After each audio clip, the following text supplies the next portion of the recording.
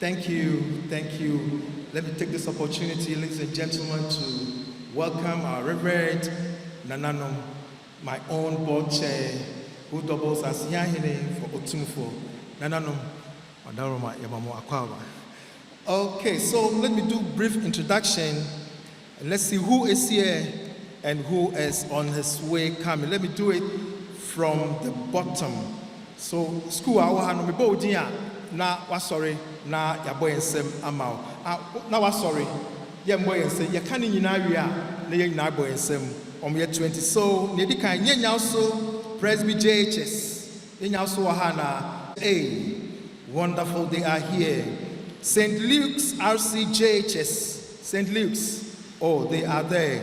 Manuel International School, oh they are there. St. Martin de Paul MAJHS, where are you? Oh, they were the early birds. Yes. Kwadaso SDA JHSB. Oh, they are also there.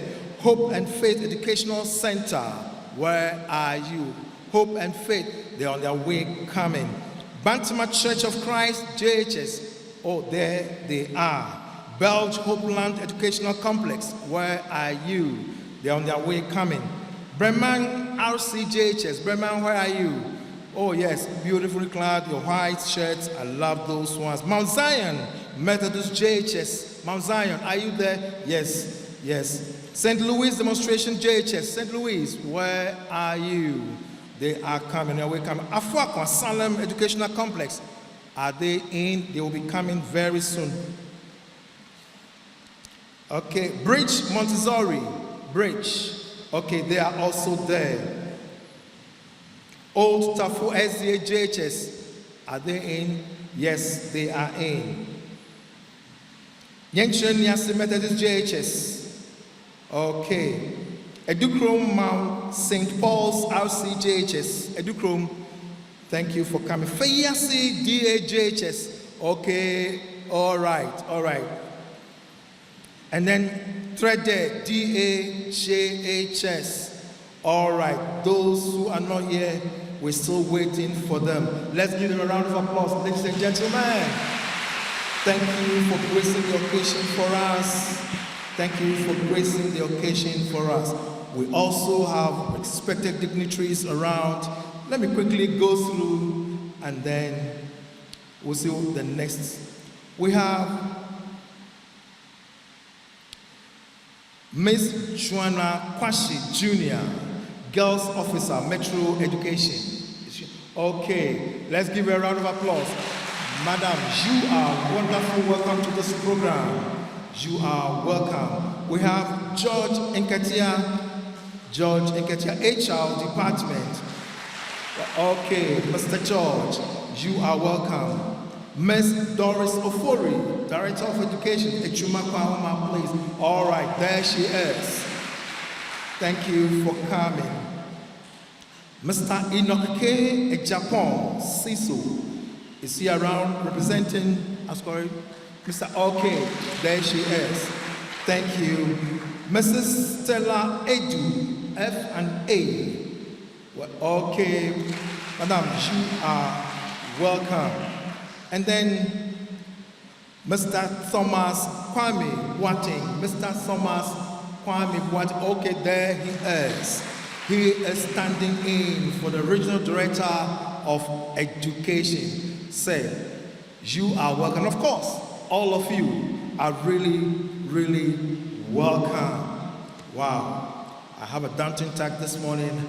Do I have the honor to introduce these wonderful and reverend guests today? Let me quickly go to our Nananom. Inti ene educational day. Ya fa ye ho fefefe abetna he. Na ye hwe senia education ebekosi. Ye wo nipa titru kese wo ye ntem. Inti me born di ya na nyina asori na ya boy ensem edi amano. Oye fe yase hene. Ono na oye fe yase. Ye fa yensembo ema nana adai camera. Oh, ye no asina na udi we du no nyam abeta so. Waka kire say we are ambassador. Emma OCRC. Na we see me who said Jumedie no so koso ankasa. Eradi Israel. Sa papa we numu odu kase numu odu yeban adesua mu a akɔ n'anim ankasa enyo bia say mia foundation ye board chairman osan eye Otumfuo hiahene ye nyina enidie mu ye so mfansembo enhia nana professor Oheneba Boakye eje wahena otoso yenu say ye nyina enim ye ntia ye hye mu ewa ha say ye botai pa ne say International Day of Education send UNESCO edisi ho and as odi esi ho ama afibia ye no 24th of January send medical aka no eno ho enti na Otumfuo osai to the second foundation one adwensan publication aka bom se ene ye be hye saa efa no ewo Prempe Assembly on precisely asim na yahwe nea ye beye nti ende ye botai ne say ye observe and I say ye shefa ama International Day of Education. Megidi say mempe say menom fufuo no ho enkwan bi wo ho a yesiesie no a oba be ma ye nienti a ye di ehie mu ewo ahase. I present a short address and that's the purpose of this guy medical purpose in the nanso sa bemen and I say sa papa ono so di akotene ewo e kase books and I say education ho enema odi akotene ewo mu pa ono no da adwensa publication nyina adwuma kese no ono na oda omo ano abrofu kase me friend no CEO nti enuanom ene adofo nom nananom samonim be ya adwen a anka ye nsembo ebehia Mr. Kweku Amponsa Baba may short address. Nana Professor Oheneba Boakye Eje Wahine II, Nananom Education Directors, CEO and staff of Otumfuo Osei Tutu II, dignitaries, teachers, pupils, ladies and gentlemen. I see today as a great blessing to be celebrating the International Day of Education with the Otumfuo Osei Tutu II Foundation. The foundation and Adwensa Publications share a similar vision of promoting education. It is therefore not surprising that we have this collaboration every year to celebrate this all-important day together.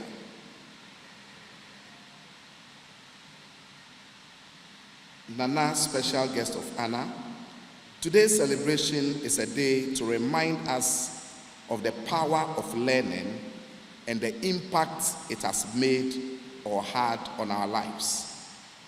To have Nananom, various dignitaries, make time to be here despite their busy schedule is a clear evidence of the importance they attach to this very day and this very celebration.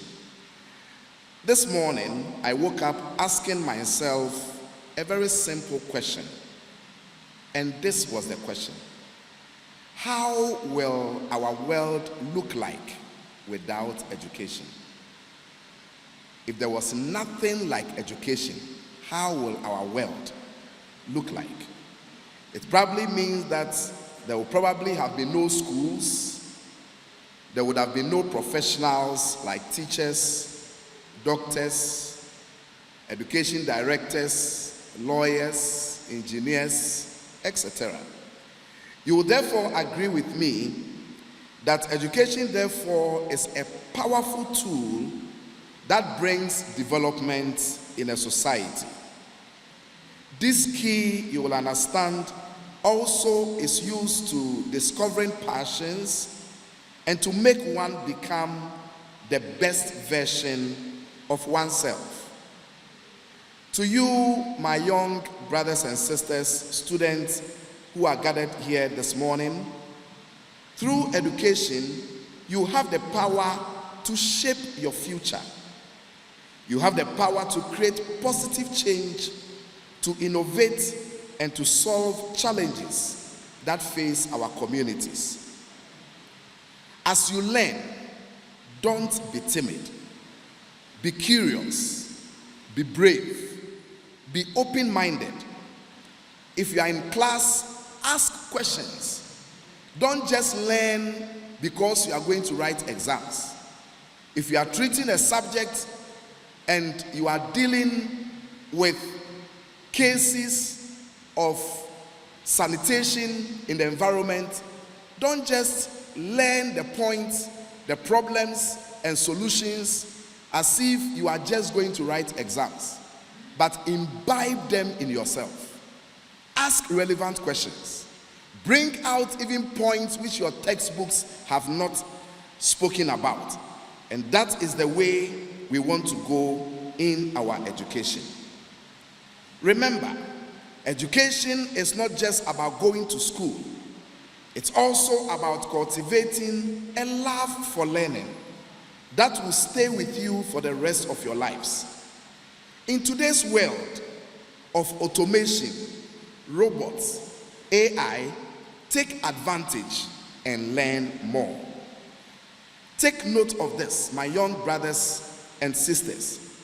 Don't let your phones or social media be a distraction or an evil tool that affects your education.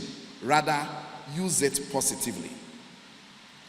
We are glad free education has come to stay in Ghana. And now we have been told and promised of free tertiary education for first-year students in the universities. Take advantage of this. Learn and go as far as you can. To promote reading, Adresa Publications, in celebrating the International Day of Education this morning, is donating about 2,500 storybooks to the Otumfuo Osei Tutu Foundation.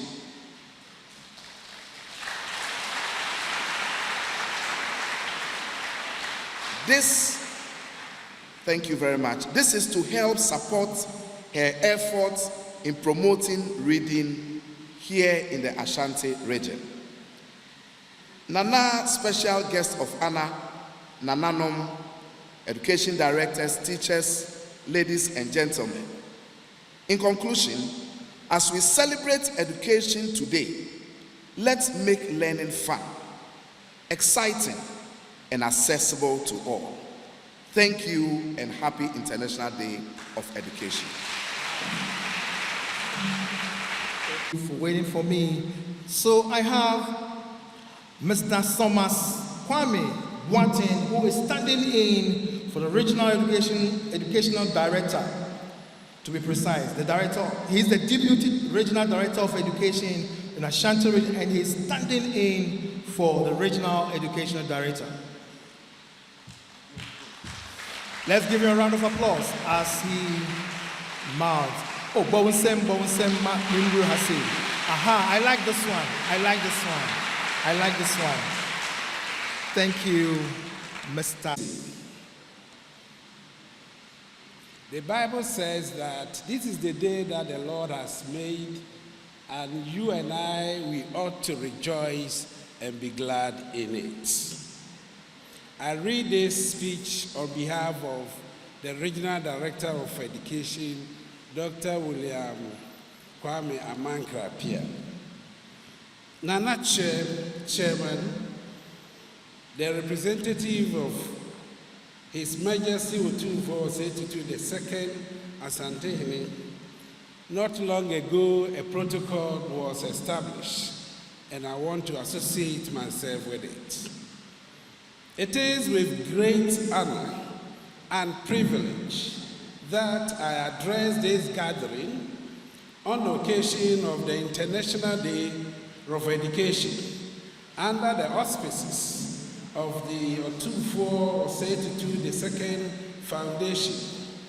Today's theme, preserving human agency in the world of automation, AI, and education, could not be more timely or significant.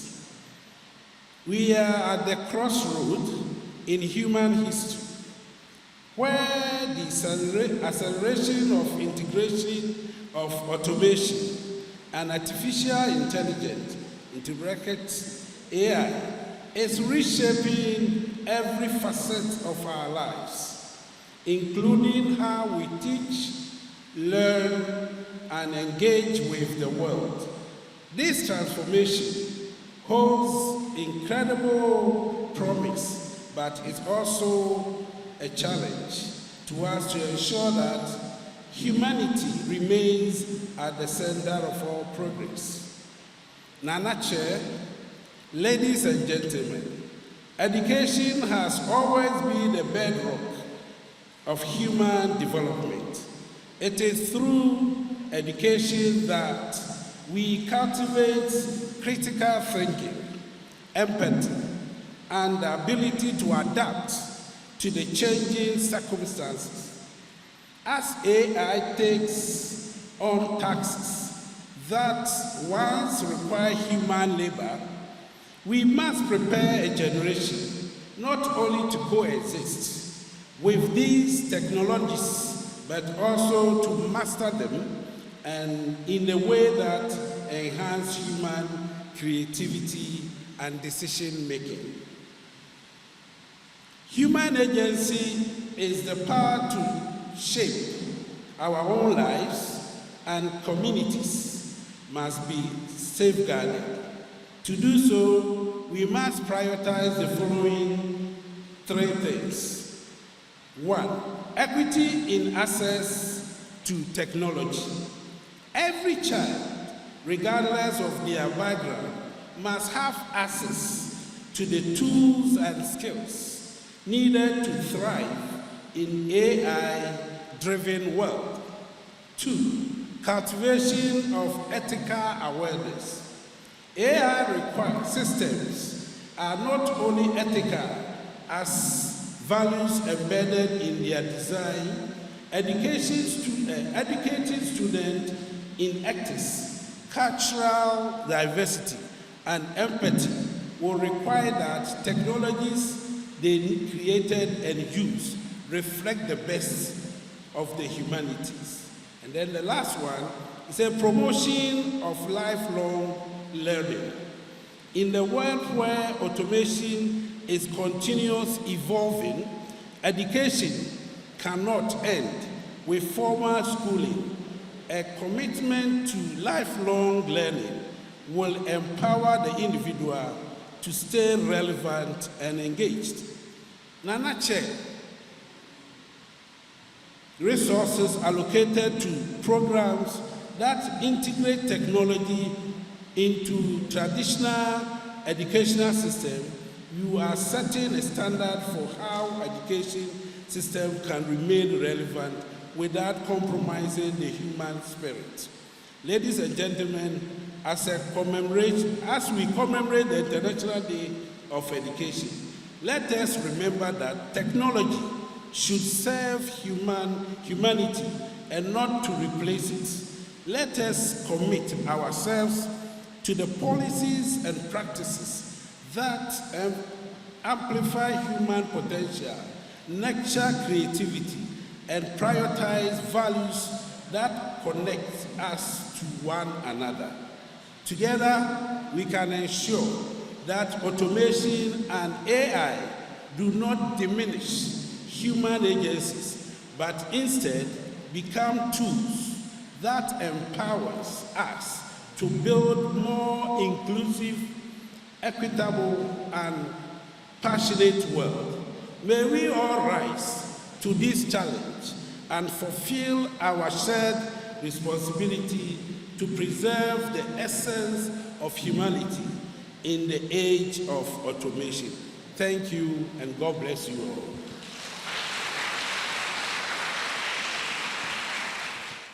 Let's underline, it's a cultural performance. A. And it's no mere person, our own child. Ya ba, ya wafase, ya nana. Wa redar ewo, a rinsemu.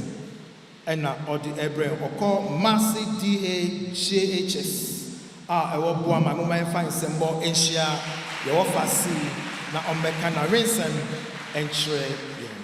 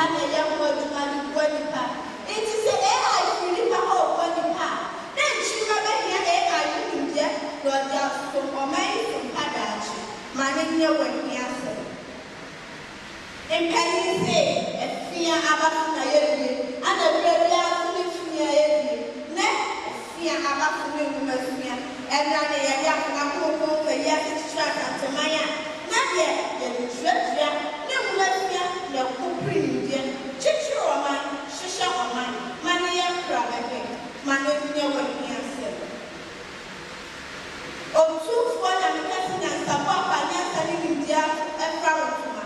Ohina to fako. Otumfuo foundation. Sena na nya me ho enya na ye nya mo afia mo nya ande. Na no ohina sha kutajo na mo so sha obi. Ni yo mo mo chido. Ni pede mo mafia na mamachi. Aye fedachi. Mama nya wo nya se.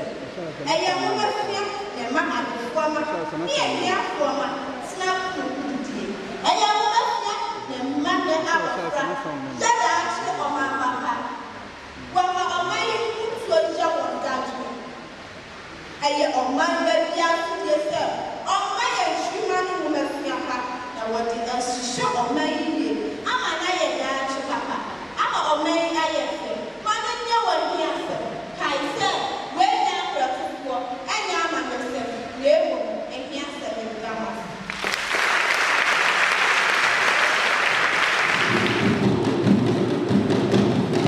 ya ye ki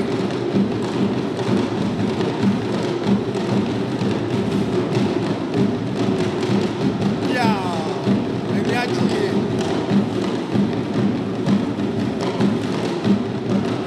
wow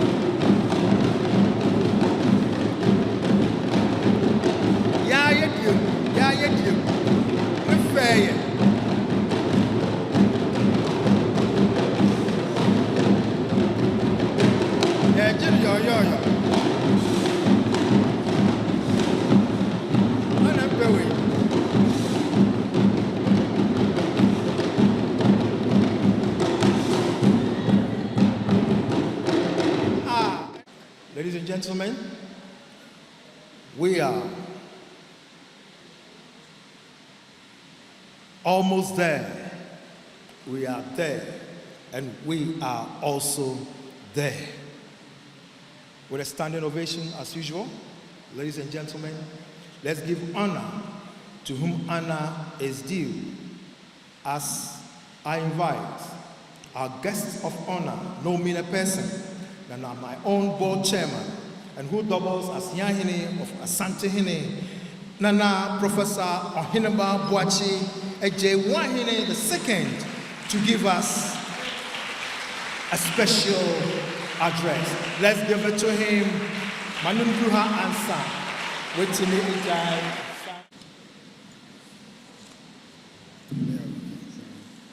That was a wonderful performance. Congratulations, Nanafe Yase, for bringing them. Now, a Bible also, or can means and also, by idea, Pammy and Moyens and Manon.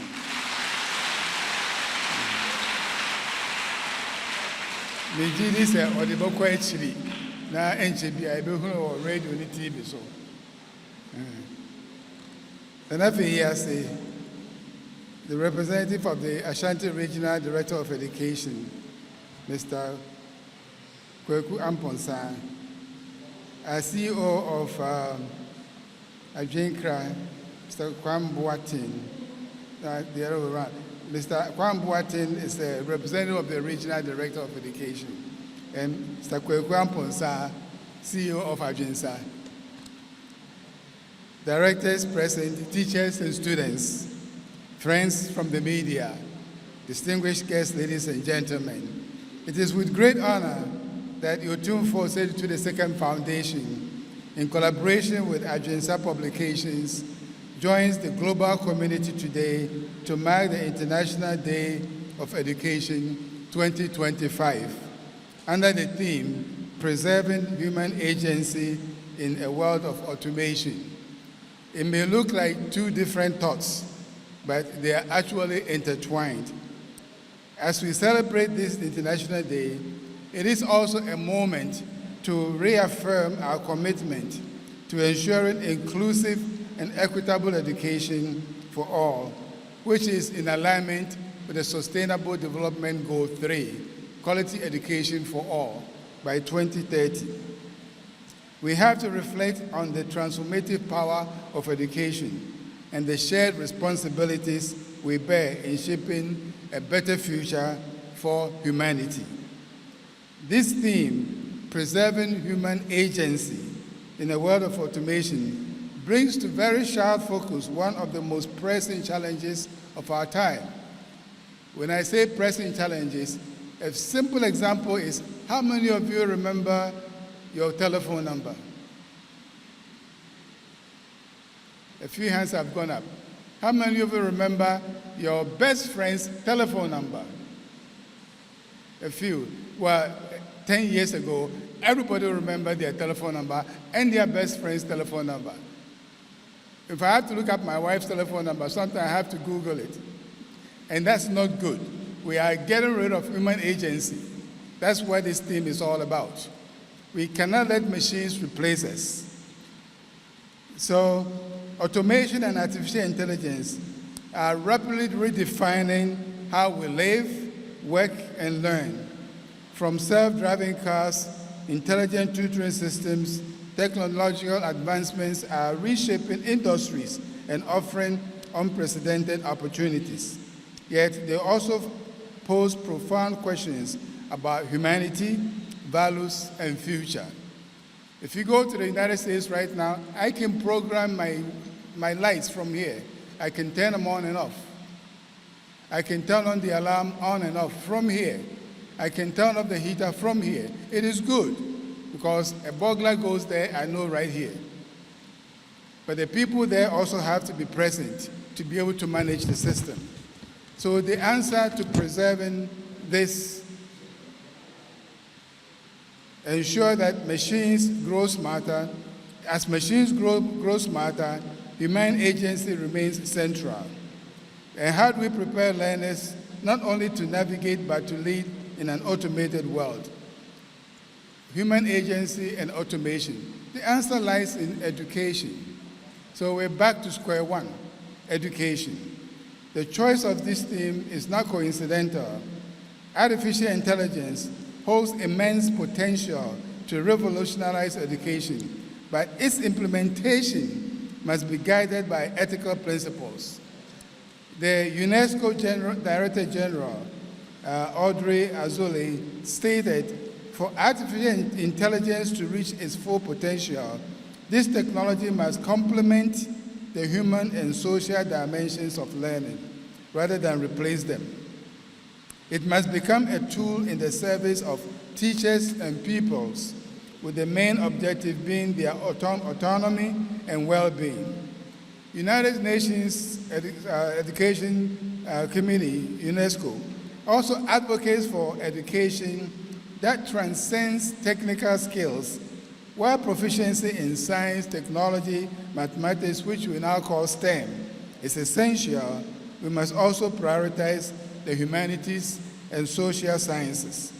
These disciplines ensure ethical reasoning, cultural awareness, and the ability to engage with complex societal questions, qualities that no machine can replicate. By balancing technical expertise with humanistic insight, we preserve the distinctiveness of human agency. When I went to medical school in the United States, all you needed was 30 credits in the sciences when you were at the university to go to medical school. But you cannot graduate with 30 credits. You have to graduate 130 credits. So how do you get the 100 credits? The 100 credits come from humanities. They want to make sure that as a scientist, you are reasoned, you have good bedside manners, you have psychology, you know geography, you know social sciences, and you also know anthropology. So the human agency is very, very important. So automation risks exacerbating existing inequalities if access to quality education remains uneven. Well, in this regard, I'm very proud to state that the Otumfuo to the Second Foundation has been very proactive on two fronts. Now, I'll give you just two examples. We have a program called AgroEcom, Otumfuo Mobile Learning Program, in collaboration with AgroEcom. It emphasizes the importance of inclusive and equitable education in basic literacy and digital skills. So we sent our team out to the boondocks, the rural areas, for 2 weeks to teach the children basic literacy and digital skills, how to manage the computer, but also how to read. And our partnership with Newmont Gold Africa and Coral Reef for the past 2 years has also established AI centers for basic schools in rural communities. This initiative equips young learners with foundational skills in artificial intelligence, coding, and other emerging disciplines, preparing them to thrive in a globally interconnected technological landscapes. Through these two programs, we are bridging the gaps and ensuring that no one is left behind in the digital transformation. As we celebrate the International Day of Education, let us reaffirm our collective resolve to preserve human agency in the face of automation. Let us invest in education systems that are agile, inclusive, and value-driven. We should empower every individual not only to adapt to change, but also to change shape, ensuring that technology serves humanity rather than the other way around. Together, we can build a world where automation amplifies rather than diminishes the essence of what it means to be human.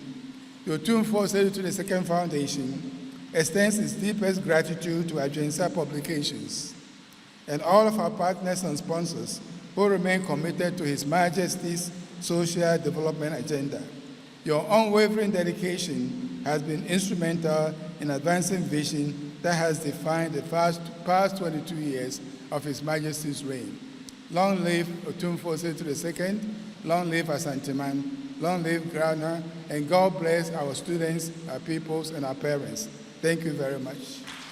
It's International Day of Education, and the theme is AI and Education, Preserving the Human Agency in a World of Automation. And I believe they are marrying the two. The direction speeches has been given, and I believe will shift from where we used to be. Now we move abreast with what AI is bringing to us. Today is 24th January 2025. The senior UNESCO for Ashishano, Afibia, ye sad the way edisiho, na ye shefa ewo education.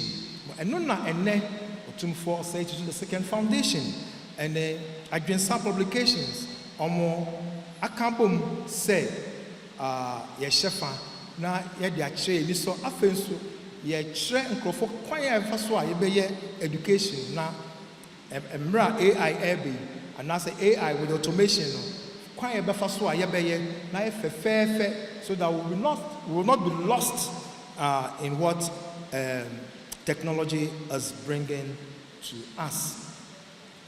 Nia edusono ye will be a friend reading with the dignitaries enuna ye do so nti enkola no be kind ewia director of education also be kind ewia ye na nanom amo ha omo so omo be kind bi wa so ti an so be tie bi so one kind bi kra you will listen na ya hwek ne fa say when the papa ti ho I remember when I was a child, I think when I was in class 2 or class 4, there's this man called Mr. Opemsuo. He's not my relationship anyway, but I don't know why he did that. You know, you say, Oba ye fie, no abechi me atena ho. Na aseme fa me storybook mra, na me kan na otie. Na musum kame na me kobo word bi na meti ade aye me kromo hi saa time no obetwa kotobi kra wo rebe ho ennemre a yenkola eco school sanity ana kofa book no kra phone kofa book no kra laptop. So let's begin to do that. Books need be wa laptop but manen kan a Ebebuano. Mr. Opemsuo oboa me pa. Emma, we dey nyese me dwa me no. Me school na English na me yade pa. Okay, so that is just in hindsight.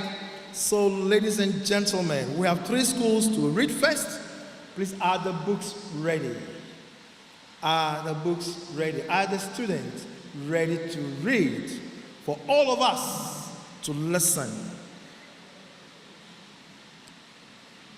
So we're saying reading is the process of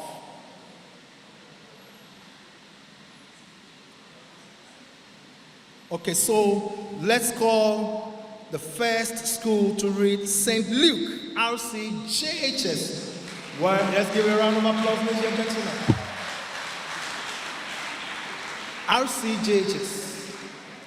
So St. Luke, RCJHS. Osei Watson had just completed his elementary schooling unlike any other educated village youngster. He arrived in the city to look for a job. He had never been to the city before and had no idea what the future held for him. Some people are born lucky, as the saying goes. Shortly after his arrival in the city and wondering where he could sleep for the night, he saw somebody who appeared familiar to him walking in the opposite direction. Watson wanted to be sure his eyes were not deceiving him and so hurried towards the man. They instantly recognized each other. The man, Mr. Bampo, was once a teacher at Watson's village and had in fact taught him before. Mr. Bampo had stopped teaching long ago and was now working for one of the corporations in the city. What are you doing here? And why inquired Mr. Bampo as he eyed Boateng suspiciously from head to toe. "I have come to look for a job, sir," Boateng replied, looking anxiously into the eyes of Mr. Bampo. "Where are you staying then?" Mr. Bampo inquired. "I have just arrived, sir, and I have nowhere to go." "What are you doing here?" inquired Mr. Bampo as he eyed Boateng suspiciously from head to toe. "I have come to look for a job, sir," Boateng replied, looking anxiously into the eyes of Mr. Bampo. "Where are you staying then?" Mr. Bampo replied. "I have just arrived, sir, and I have nowhere to go."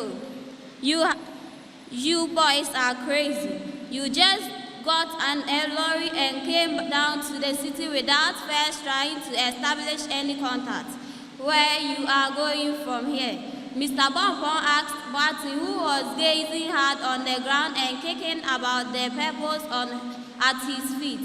"You had better come with me." "Oh, thank you, sir. If I had not met you, I would not have known what to do," Boateng confessed. Mr. Bampo's wife knew Boateng when her husband was a teacher at Boateng's village. In fact, his mother used to bring food from her farm to the teacher's wife, and the lady had not forgotten the kindness shown to her by Boateng's mother. "How long you have been in town?" inquired Madame Asariwa, Mr. Bampo's wife. I arrived today," Boateng stammered. "Oh, I see. And how is your mother?" "She is fine." Right, Afuakwa Saleh to do the next reading for us.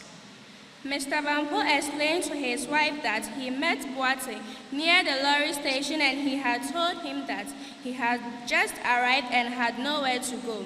Madame Asarewa agreed with her husband for bringing Boateng home, and she straightaway cooked him food to eat and prepared him a place to sleep. As he settled down for the night and lay comfortably on his bed, he thanked his lucky stars for meeting Mr. Bampo at the correct time on his arrival in the city. He had been warned before he left his village that it was not easy to get a job in the city, and so he had no feeling that he was going to be with Mr. Bampo and his wife for a long time. To be accepted as part of the family, he would have to serve the family with all his heart. Boateng vowed in his mind to do just that. True to his secret desire, he served the family in any capacity and did all sorts of work in the house. He was very humble, hardworking, and never complained. Mr. Bampo and his family were very pleased with the services of Boateng and took him to heart. They treated him as one of the family. His strategy had worked. Thank you. On behalf, and I say, Yabefa Nipa Bako, Ewo, Directors of Education, now Wabekai Amai. So, ladies and gentlemen, on that note, let me invite Nana Pokuya Amwakon, Ekuma Wabiaja Municipal Director, to come and do the next reading for us. Let's give her a round of applause, ladies and gentlemen, as she comes. Like any other educated village youngster, he arrived in the city to look for a job. He had never been to the city before and had no idea what the future held for him. Some people are born lucky, as the saying goes. Shortly after his arrival in the city and wondering where he could sleep for the night, he saw somebody who appeared familiar to him, walking in the opposite direction. Boateng wanted to be sure his eyes were not deceiving him, and so hurried towards the man. They instantly recognized each other. The man, Mr. Bampo, was once a teacher at Boateng's village and had in fact taught him before. Mr. Bampo had stopped teaching long ago and was now working for one of the corporations in the city. "What are you doing here?" inquired Mr. Bampo as he eyed Boateng suspiciously from head to toe. I have come to look for a job, sir. Boateng replied, looking anxiously into the eyes of Mr. Bampo. Where are you staying then? Mr. Bampo inquired. I have just arrived, sir, and I have nowhere to go. You boys are crazy. You just got on a lorry and came down to the city without first trying to establish any contacts. Where will you go from here? Mr. Bampo asked Boateng, who was gazing hard on the ground and kicking about the pebbles at his feet. You had better come with me. Oh, thank you, sir. If I had not met you, I would not have known what to do, Boateng confessed. Mr. Bampo's wife knew Boateng when her husband was a teacher at Boateng's village. In fact, his mother used to bring food from her farm to the teacher's wife, and the lady had not forgotten the kindness shown to her by Boateng's mother. How long have you been in town? Inquired Madame Asariwa, Mr. Bampo's wife.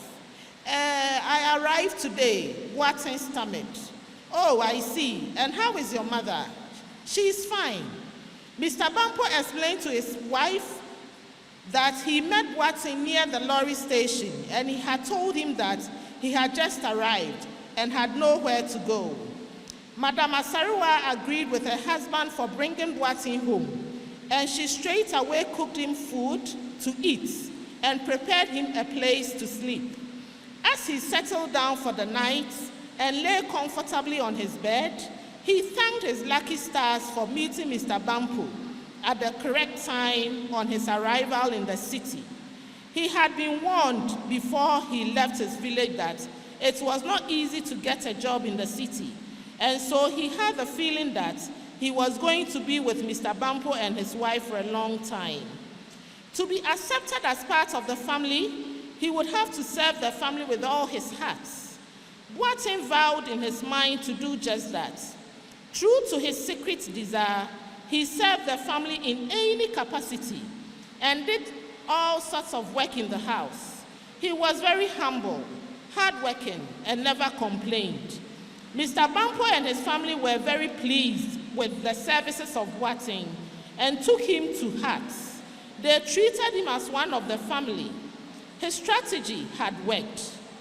The interest the family had in him was immeasurable, and Mr. Bampo decided to find him a job. He consulted the personnel manager of the company where he worked and the possibility of getting him fixed up for a job. Fortunately, there was a vacant position for a clerical assistant, and the personnel manager promised to take Boateng on for the job.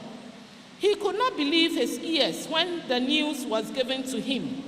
He jumped in the air, clapped his hands, and shouted, "Yippee!" As if that was not enough, he ran around the house many times, and Mr. Bampo's little dog, which was sleeping at the back of the house, was woken by his running steps. The little frightened dog barked for a few minutes to register its anger, and then chased Boateng as he did his run. What is the matter with him? Has he lost his senses?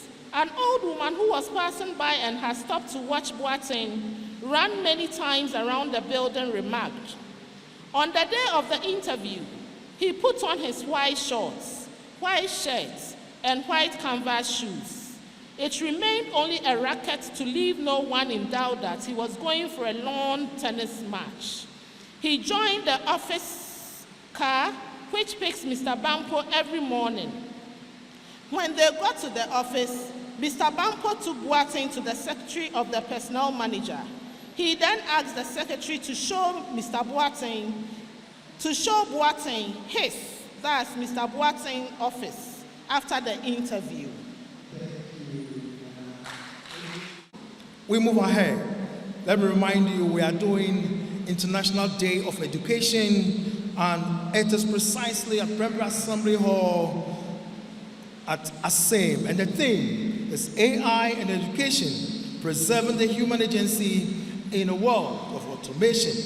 Let me remind you, speeches have been made, and we are going to do as they have said. We have about 3 or 6 more to do and we will leave the place. So the next batch of readers, I'll first call Feyasi DA, only Feyasi, let Feyasi come. Feyasi DA, JHS, let's give her a round of applause, ladies and gentlemen, as she mounts to read for us. People believe there is nothing in names, but events has proved this belief wrong. When a child is born and he or she is given either a good or bad name, the name tends to have an effect on his or his character. Truly, coming events has always cast their shadows before them. Joseph Amanihu, which literally means suffering Joseph, was born on 8 September 1936 in a small village called Apreshemu in the Kwewu district, some 120 miles from Ghana's capital, Accra. At the age of 2, Amanihu was christened Joseph because in those days, English and Christian names were regarded as premier passports for so-called enlightened circles. Joseph was born into a polygamous family. His father, Jacob Dachi, never kept less than 5 wives in his home at a time. Beside the 5 wives, Jacob had numerous concubines. He could not be blamed because in those days the policy was for men to impregnate the women, provide for them till they deliver and leave the mother and nature to take care of the children. It was only incumbent on the man to make at least a farm rich for the numerous wives, and that was the only fatherly obligation. In the view of this, Jacob had not less than 20 children with 5 wives. One day, just like a bolt from the blue, Jacob decided to divorce all, but one of his wives, the lucky woman, was Amma Ajubi, an Asante woman from the Asinie Kumasi. Lucky Ajubi had 6 children with Jacob, including Joseph Amanihu. For a period, Ajubi enjoyed a full married life as Jacob's love was more shared with other women. Ajubi creditably performed all duties expected of a good wife. Jacob and Ajubi decided to leave Apreshemu for Kobo in the Krobo area. He wanted to become a cocoa broker, which was fast becoming a lucrative joy. The couple at times had to walk, carrying their purchased cocoa right from Odumaso Krobo to Kokobo, a journey about 18 miles. On one About 18 miles represent the area, Old Tafu SDA changes. Let's give her a round of applause.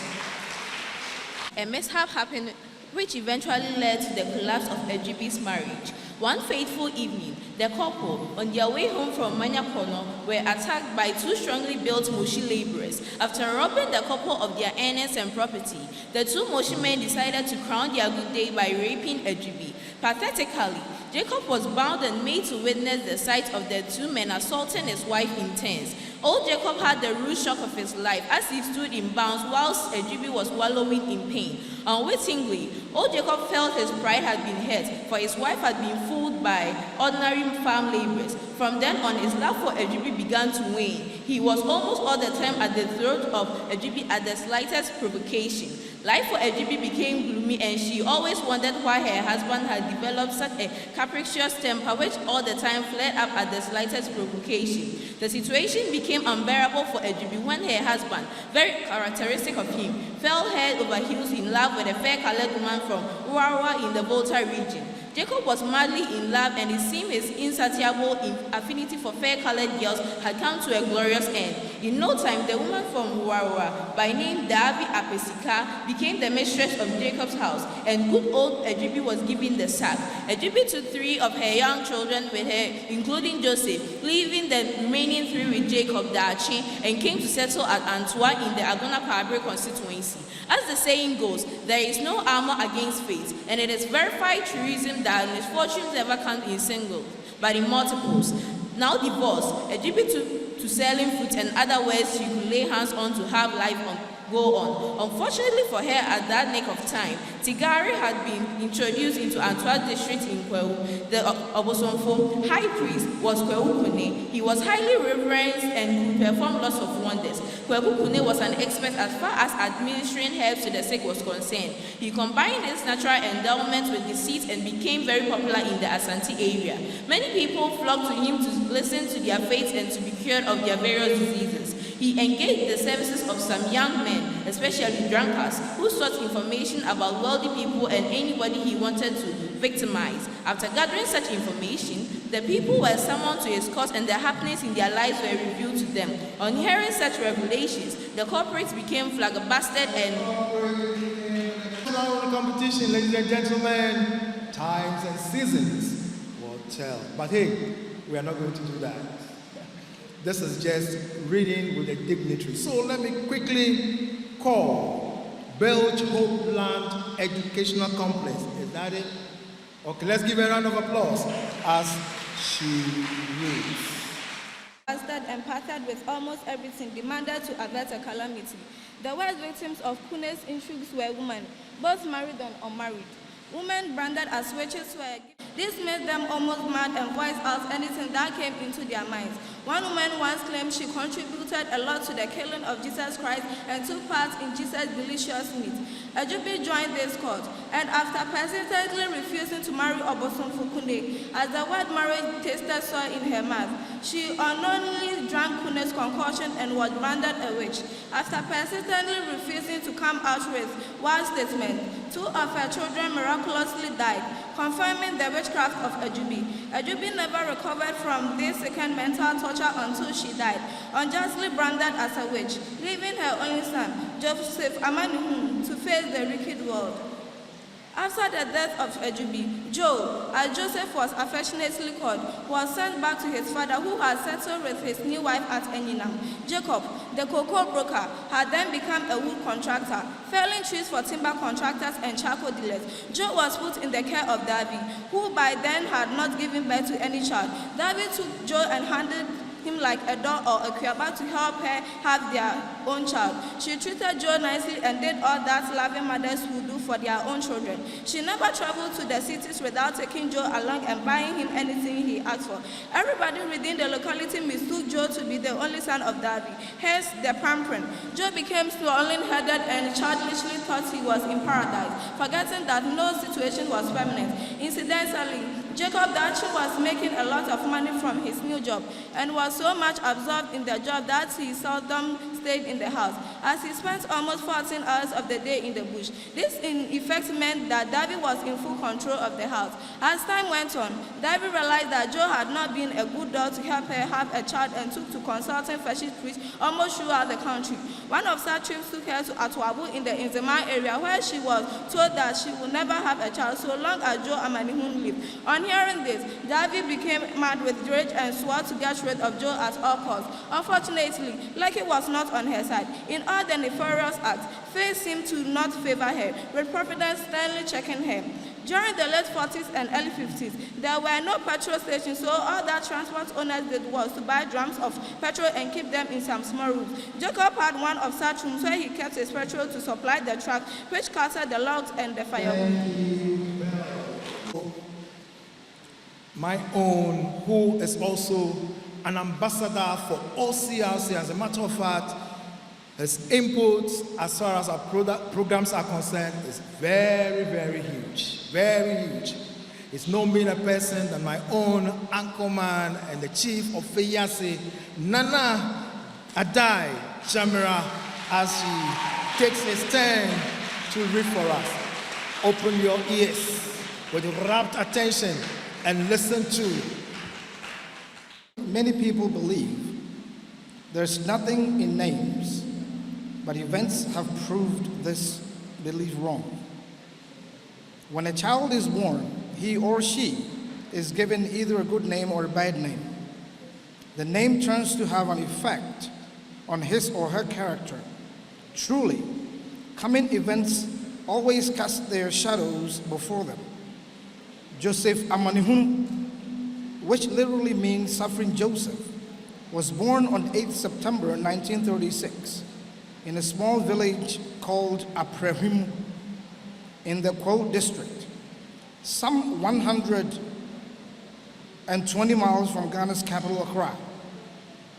At the age of 2, Amanihun was christened Joseph because in those days, English and Christian names were regarded as prima facie passport for so-called enlightened circles. Joseph was born into a polygamous family. His father, Jacob Dache, never kept less than 5 wives in his home at a time. Besides the 5 wives, Jacob had numerous concubines.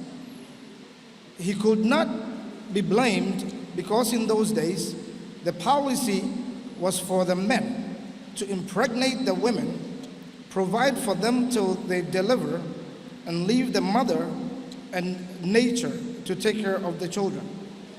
It was only incumbent on them to make at least a farm for each of the numerous wives, and that was the only fatherly obligation. In view of this, Jacob had no less than 20 children with 5 wives. One day, just like a bolt from the blue, Jacob decided to divorce all but one of his wives. The lucky woman was Ama Ajubi, an Ashanti woman from Duyase near Kumasi. Lucky Ajubi then had 6 children with Jacob, including Joseph Amanihunu. For a period, Ajubi enjoyed a full married life, as Joseph's love was no more shared with other women. Ajubi credibly performed all duties expected of a good wife. Jacob and Ajubi decided to leave Aprehimu for Kobo Kobo in the Krobo area. He wanted to become a cocoa broker, which was fast becoming a lucrative job. The couple at times had to walk, carrying their... Thank you. Now we have another batch of readers. And this time, we'll make it very, very short, and we'll be out of this place. So, St. Paul's RCJHS. St. Paul's RCJHS. I will give you what you're supposed to read, and just that. And Entra. Small town in the Upper East region of Ghana, lay just a few meters away from the northern border of the country. The scenery and topography of the town were a sight to behold. Majestic trees lined the winding roads, their branches providing shade and beauty. Despite the dusty roads and the dry weather, tourists from near and far flocked to visit the famous crocodile pond. The Paga Crocodile Sanctuary, a wildlife reserve, was home to various species of crocodiles. Thank you. The end of the session as the students are reading. Hey, inti akaba na yaye donation no. Inti way na otwatwa obekan amaye. Nyo bia said Adwensa CEO. Omo no publish books ni nyina yehu wa ha nyina a ye kan. Maka kire say OCRC books a ye kan no bebre no every omo enchen. Nti yefa sembo and she are the CEO from Adwensa Publications. Na ombekan ni die emaye. And it actually talks about the devastating effects of illegal mining in the society. Chamba Paga, a small town in the Upper East region of Ghana, lay just a few meters from the northern border of the country. The scenery and topography of the town were sights to behold. Majestic trees lined the winding roads, their branches providing shade and beauty. Despite the dusty roads and the dry weather, tourists from near and far flocked to visit the famous crocodile pond. The Paga Crocodile Sanctuary, a wildlife reserve, was home to various species of crocodiles. For generations, Chamba Paga had been one of the most picturesque lands in the entire Upper East region. Even though the area was fairly dry, the trees, flowers, and grasses remained lush and green throughout the year. The townspeople took great pride in preserving their natural environment. Any activity that could harm the trees were strictly forbidden, and severe punishment awaited those who disobeyed. In extreme cases, offenders could be banished from the town. The rivers and trees of Chambapaga were equally cherished. The townspeople used them for all their domestic needs, and they remained pristine. It was believed that anyone who polluted these waters would bring a curse upon their entire generation. Consequently, no one dared to bath, defecate, or wash in these water bodies, making them some of the cleanest in the entire northern region and the upper east region of Ghana. The people of Chambapaga were predominantly peasant farmers. They cultivated food crops like beans, yams, onions, dawa, and shea butter, which were staples in many Ghanaian households. Despite their hard work, poverty was a constant companion gnawing at their spirits. In this beautiful town lived 10-year-old Adamu. He was the only male child of his parents, Kasim and Memuna Rabiu, and the youngest of 9 children with 8 older sisters. As the only boy, Adamu often accompanied his father on various adventures from hunting to farming. However, the little money his father earned from their farm produce was not sufficient to send all children to school. As a result, Adamu was the only one in his family who attended school, a fact that saddened him deeply. He often prayed for a miracle that would allow his sisters to join him in school. Thank you very much. Normally, that is what happens. Last year, I just said, books at my foundation, and a foundation, so at my school. So, Mr. CEO, we say about now have a donation. We donate ama Otumfuo Foundation. Na Otumfuo Foundation, the teacher ni ewa haidie. Nana adaroma. Be sorry, ni die mu a be sorry. Na waji books no amaye. Bra CEO all the books no emaye no. Aha, wonderful. This is fantastic. Books ni na omo donate ama foundation. Wow. Any mic?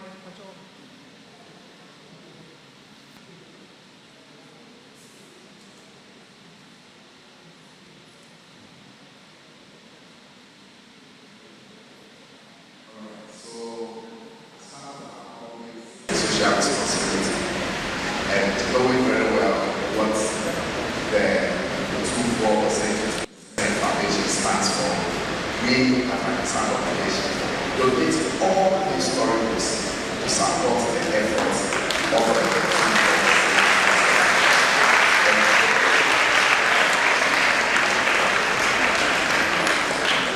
On behalf of His Royal Majesty, the Otumfuo Lady Julia Sejuju, Board of Directors, and the past staff of the Otumfuo Foundation, very appreciate this donation. Thank you very much for this wonderful gesture, which will certainly put good news. I know that the children cannot wait to get their hands on them. They will see them reading to the highest levels, which will enhance their educational standard and make them very responsible men and women for the nation's Ghana. And God will bless you.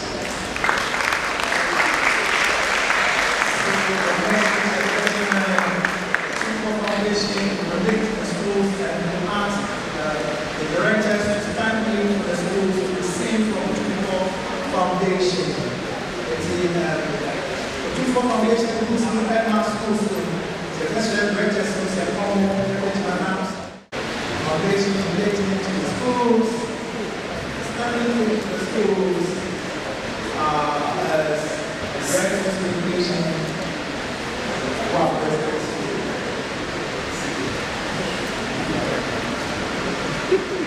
That is the watching man of our education.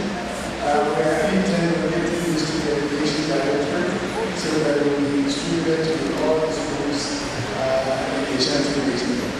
As I said, I know the children are going to be very confused. And we will all become artists and destinations. Let's give a round of applause. And the CEO and the staff applications. We are indeed grateful on behalf of the regional director and the entire directorates for this honor, and will make sure these settlements will be effectively read and understood, so that Ghana will see a different status. Thank you very much.